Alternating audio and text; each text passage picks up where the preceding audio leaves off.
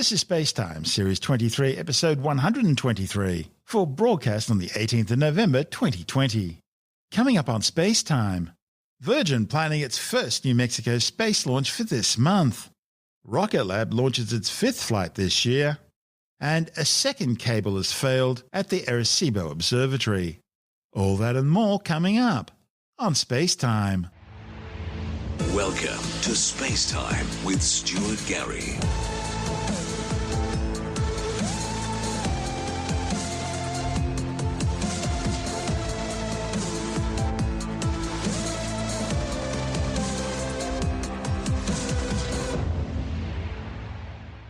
Virgin Galactic says it plans to undertake its first manned spaceflight from its New Mexico spaceport sometime within the next few weeks.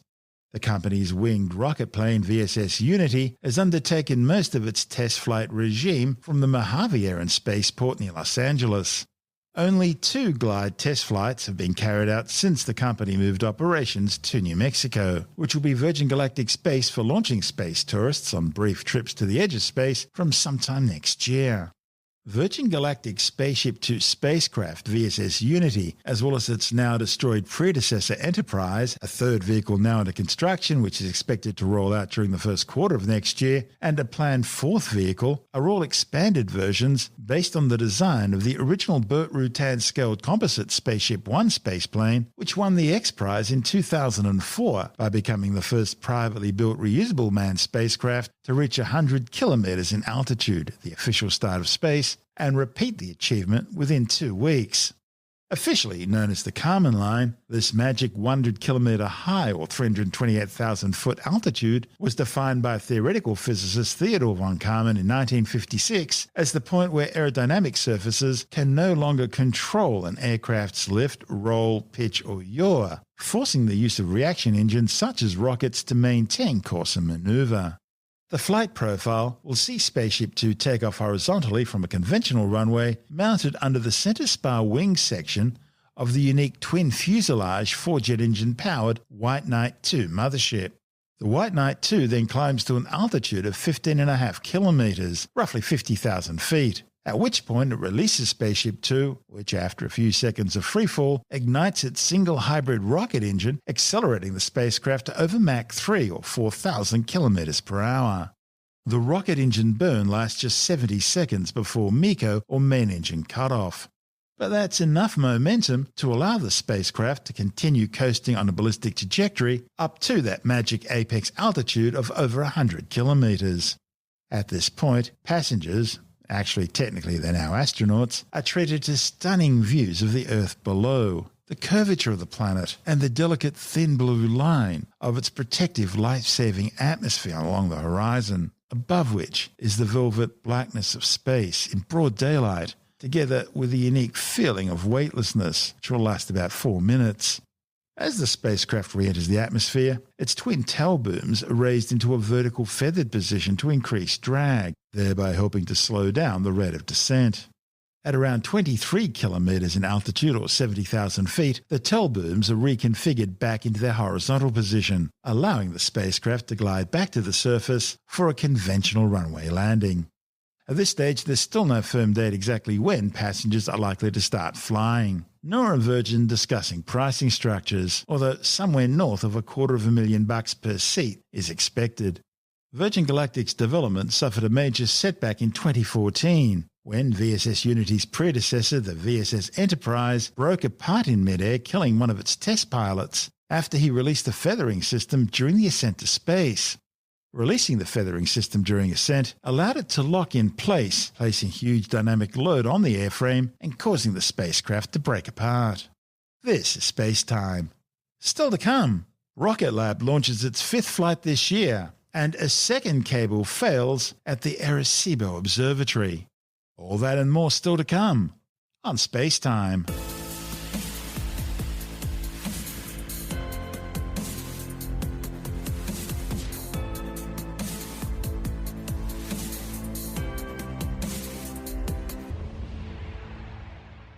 There's still no launch date for Rocket Lab's first Electron flight from its new Wallops Island Launch complex on the Virginian Mid-Atlantic coast. The mission, when it does fly, will carry a space weather instrument for the US Air Force's experimental Monolith space test program. Monolith will demonstrate how well small satellites perform with large aperture payloads. The launch was originally planned for the second quarter of 2019, before being postponed till August 2020, then to September 2020, before another delay moved it to October the 30th, which is now also come and gone. Meanwhile, Electron missions are continuing to fly from Rocket Lab's Mahia Peninsula Launch Complex on New Zealand's North Island east coast. The 17-metre-tall two-stage launch vehicle's 15th mission, called In Focus, deployed 10 SuperDove CESat-2B Earth imaging microsatellites into a 500-kilometre high orbit. LD on mission. We go for auto sequence start at T-minus 2 minutes. And I can confirm at this time LD is go for launch. Entering auto sequence. Vehicles on internal power. Locks loose. Anti-gas ring disabled. Stage 1 tanks are pressed, and Stage 2 tanks are pressed as well. High flow engine purges enabled. Deluge is activated. In 5, 4, 3, 2,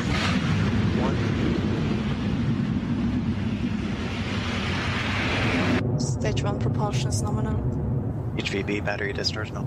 And there goes Electron for our 15th launch from Rocket Lab Launch Complex 1 in New Zealand. We're T plus 50 seconds and Electron is approaching max Q, or maximum aerodynamic pressure, the moment during its ascent when the forces against the vehicle are at their strongest. Cleared maximum dynamic pressure. Enter Chevron 2, enter Chevron 3. AOS at Chatham Station. Next up will be 3 events in quick succession. We should hear the call for MECO as Electron's Rutherford engines throttle down to allow for stage separation before the engine on the second stage fires up to continue the mission to orbit. Entered stage 1 burnout detect mode. Separation confirmed. Stage 2 ignition confirmed. Successful MECO confirmed by mission control. Propulsion is continuing nominally on Electron's second stage at T plus 3 minutes into the mission, with the vehicle now travelling at several thousand kilometres an hour. Soon, the fairing halves will separate, and there they go. Electron has successfully jettisoned the fairing and is continuing nominally towards orbit. Electron is traveling through space at 9,000 kilometers per hour and is currently at an altitude of 153 kilometers. Each of the Stage 1 Rutherford engines weighs around 35 kilos or 77 pounds and comes in at around 800 millimeters or just under 3 feet. A Stage 1 engine is capable of 24,000 newtons of thrust. Stage 2 is the same base engine with an extended nozzle. This vacuum nozzle increases the size of the engine twofold and adds an additional 1,000 newtons of thrust. Another quick check-in from Mission Control. We're T plus 5 minutes into the flight and Electron is continuing nominally through its second stage burn. Electron's next action will be to swap out the onboard batteries for a fresh new one in what's called a battery hot swap. Let's listen in for the call of that swap. HVB battery discharge nominal, approaching hot swap in roughly 30 seconds. Throttling down. Hot swap successful. Battery ejection confirmed. AFTS is safe. And we've had a successful battery hot swap. Electron's second stage engine continues to propel the payloads towards their targeted orbit. Stage 2 propulsion still holding nominal. HVB battery discharge holding nominal. We're at T plus 7 minutes since liftoff. In the next minute and a half or so, Electron's second stage Rutherford engine will power down before shutting off. We call this SECO, which stands for second engine cutoff, and this allows for a clean separation of the kick stage. Then, the kick stage will light its Curie engine and continue on its trajectory, coasting for a time before relighting its engine to carry the satellites closer to their optimal position orbiting Earth. Okay, entered stage 2 burnout detect mode. Guidance is in terminal, 20 seconds remaining. And SECO confirmed. The engine on stage 2 has shut down. Confirmed. We've just had confirmation that the kick stage has separated. The mission was Rocket Lab's 5th for this year. This is SpaceTime.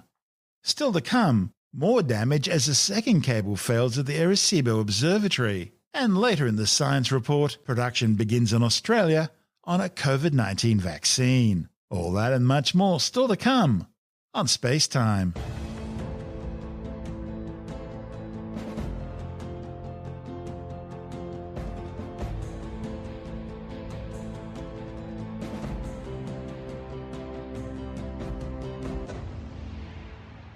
Engineers are working to stabilise key equipment on the 305-metre Arecibo Observatory in Puerto Rico after another of the giant radio telescope's main support cables suddenly snapped.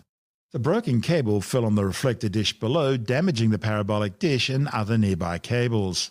This latest incident follows a similar failure on August the 10th, when an auxiliary cable broke, slipping out of its socket and smashing hard onto the reflector dish, also seriously damaging the telescope.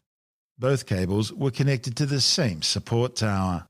No one was injured during either that or this latest incident, and engineers are on scene assessing the damage. A safety zone's now been set up around the dish, and only personnel needed to respond to the incident are allowed on site. Officials haven't determined exactly why the main cable broke, but they suspect it's related to the extra load the remaining cables have been carrying since the August cable failure. Mind you, engineers still don't know exactly what caused that original break. They've been closely monitoring the telescope's cables and platforms since the original failure, and they were tracking broken wires on the main cable that had just failed. Ironically, the observatory was expecting a team of engineers this week to begin temporary repairs related to the August failure. The University of Central Florida, which manages the facility under cooperative agreement with the National Science Foundation, had already retained several engineering firms following the initial August failure. Drones and cameras are now being used to continually monitor the structure. Repair crews hope to reduce tension on the remaining cables at the tower and install steel reinforcements to temporarily alleviate some of the additional load that's being distributed among the remaining cables until new cables, which are now being manufactured, can be installed. The Arecibo telescope is one of the most powerful observatories on the planet. The facility's endured many hurricanes, tropical storms and earthquakes since it was first built more than 50 years ago. This is SpaceTime.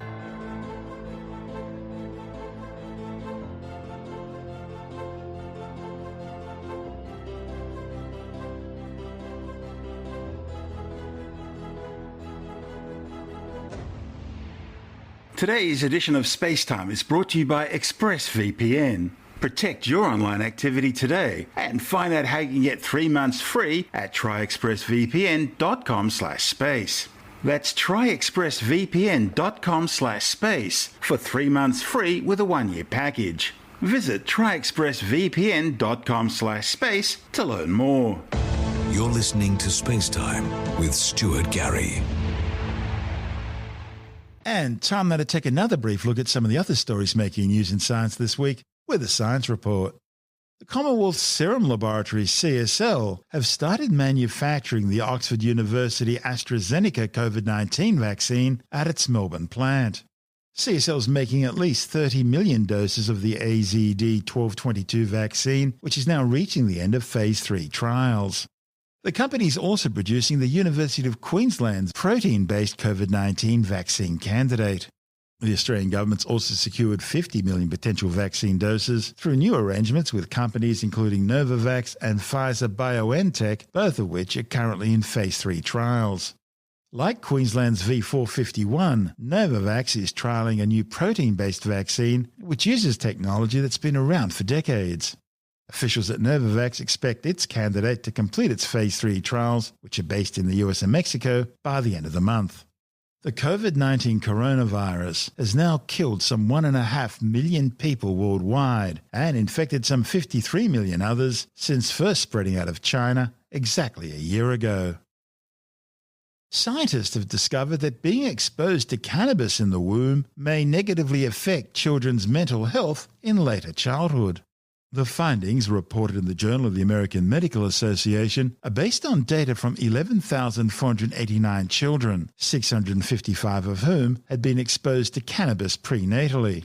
Researchers found that cannabis exposure was linked to mental health issues such as attention, thought and social problems during middle childhood, even after other risk factors were accounted for. A new study warns that mega-droughts lasting 2 decades or longer are likely to increase because of climate change.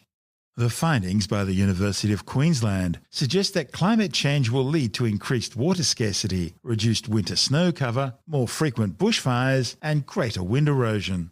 The team engaged in paleoclimatology, the study of past climates, to see what the world would look like as a result of global warming over the next 20 to 50 years. Scientists analysed geological records from the Emean period between 129,000 to 116,000 years ago, which they consider to be a good proxy for what we're likely to expect in a hotter, drier, climate-changed world.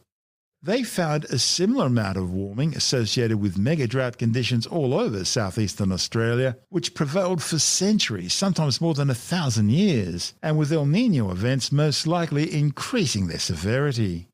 The warmth in that period was in response to orbital forcing, the effect on climate of slow changes in the tilt of Earth's axis and the shape of Earth's orbit around the Sun.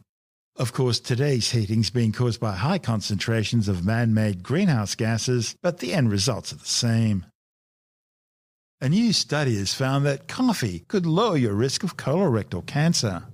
The findings, reported in the Journal of the American Medical Association, looked at a large group of patients with metastatic colorectal cancer, which showed that the consumption of a few cups of coffee a day was associated with a longer survival rate and a lower risk of the cancer worsening. The findings, based on data from a large observational study nested in a clinical trial, are in line with earlier studies showing a connection between regular coffee consumption and improved outcome for patients with non-metastatic colorectal cancer. The authors found that in 1,171 patients treated for metastatic colorectal cancer, those who reported drinking 2 to 3 cups of coffee a day were likely to live longer overall and had a longer time before the disease worsened compared to those who didn't drink coffee. Participants who drank larger amounts of coffee, more than 4 cups a day, had an even greater benefit in these measures. And it seems the benefits held for both caffeinated and decaffeinated coffee. Well, there's some bad news on the horizon for some Android users, with some of their favourite apps disappearing next year. And also, there's important news about a new security update for iOS users. With all the details on these stories and more, we're joined by Alex Saharov-Reut from ITWire.com. If you have an older Android phone running Android 7.1 or lower, then from September next year, they'll stop working with probably about a third of the world's websites.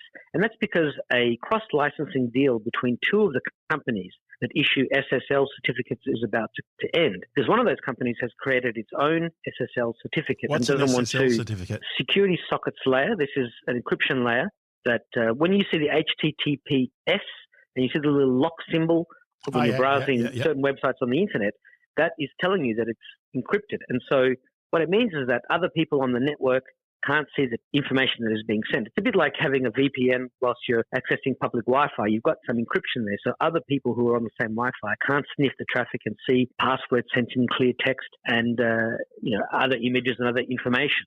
And so because a lot of websites now and a lot of browsers force you to use encryption or prefer you to use encryption, there will be a lot of websites from September in 2021 that will no longer recognize previously issued certificates because one of the 2 companies that is involved in this particular case is no longer going to license the certificate because it costs them money and they've got their own. But phones that have Android 7.1 or older don't recognize this new certificate, which was issued about 4 years ago. And so there is a workaround in that you can use Mozilla Firefox on your older Android device to connect because Mozilla Firefox uses its own bank of certificates, which is compatible. But the short version is Android phones do not get the same sort of regular updates that iOS devices do.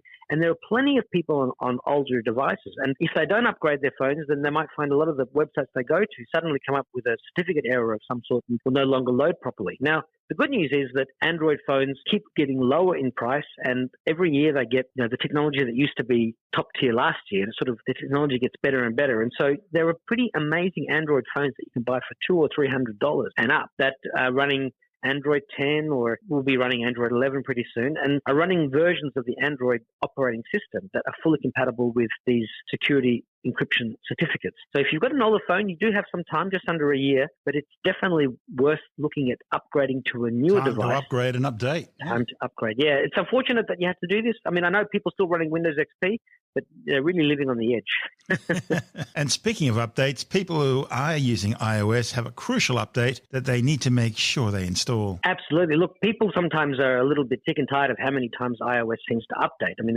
there's updates, it seems, every few weeks. But not only is Apple releasing new features with its various updates, new emojis and new capabilities and upgrades to various features and functions on the phone, but they're also plugging security holes. And iOS is very good on security because Apple controls the App Store and they control the security and they control the actual device itself. They make everything, the hardware and the software. But Apple is not invulnerable to the bad guys finding bugs and errors that they can take advantage of to install malicious code on your device. Now, Apple is very quick to close these things down. And in iOS 14.2, which is also iPadOS 14.2, and you've got an update for your watch and an update for the Apple TV and for the HomePod and also updates for your Mac. But the 14.2 update closes 3 vulnerabilities that in conjunction are used by hackers to, and normally this has been used to target individuals as opposed to just being sprayed like buckshot across the internet, but they allow an attacker to send something to your phone, you visit a website, the little bug is there, and then they can install malicious software onto your device. So installing 14.2 closes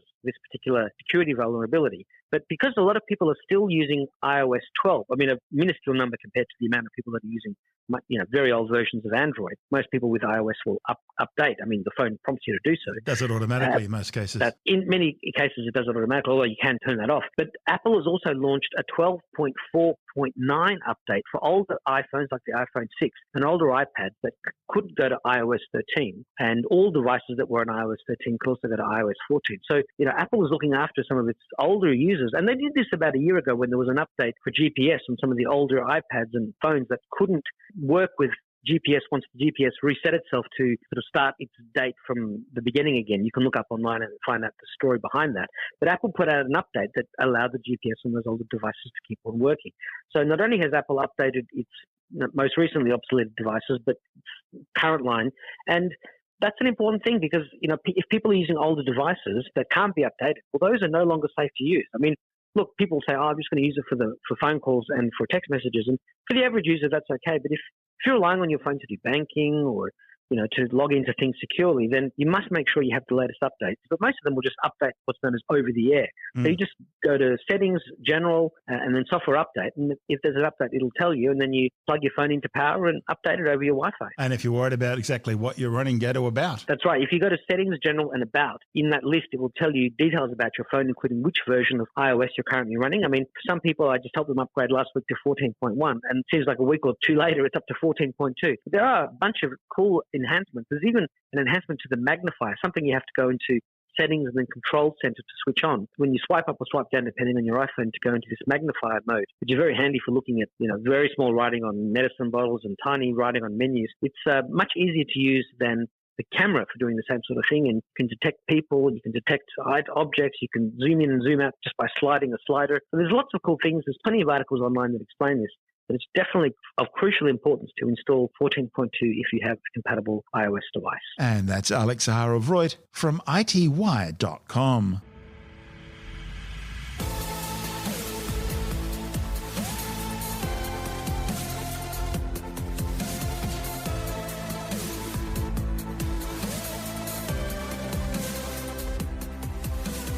And that's the show for now. SpaceTime is available every Monday, Wednesday and Friday through Apple Podcasts, iTunes, Stitcher, Google Podcast, Pocket Casts, Spotify, Acast, Amazon Music, Bytes.com, SoundCloud, YouTube, your favorite podcast download provider, and from spacetimewithstuartgary.com. SpaceTime's also broadcast through the National Science Foundation on Science Zone Radio and on both iHeartRadio and TuneIn Radio. And you can help to support our show by visiting the SpaceTime store for a range of promotional merchandising goodies. Or by becoming a SpaceTime patron, which gives you access to triple-episode commercial-free versions of the show, as well as lots of bonus audio content which doesn't go to air, access to our exclusive Facebook group, and other rewards. Just go to spacetimewithstuartgary.com for full details. And if you want more space time, please check out our blog, where you'll find all the stuff we couldn't fit in the show, as well as heaps of images, news stories, loads of videos, and things on the web I find interesting or amusing. Just go to spacetimewithstuartgary.tumblr.com. That's all one word, and that's Tumblr without the E. You can also follow us through @StuartGary on Twitter, @SpaceTimeWithStuartGary on Instagram, through our SpaceTime YouTube channel, and on Facebook, just go to facebook.com/SpaceTime with Stuart Gary. And SpaceTime is brought to you in collaboration with Australian Sky and Telescope magazine, your window on the universe. You've been listening to SpaceTime with Stuart Gary. This has been another quality podcast production from Bytes.com.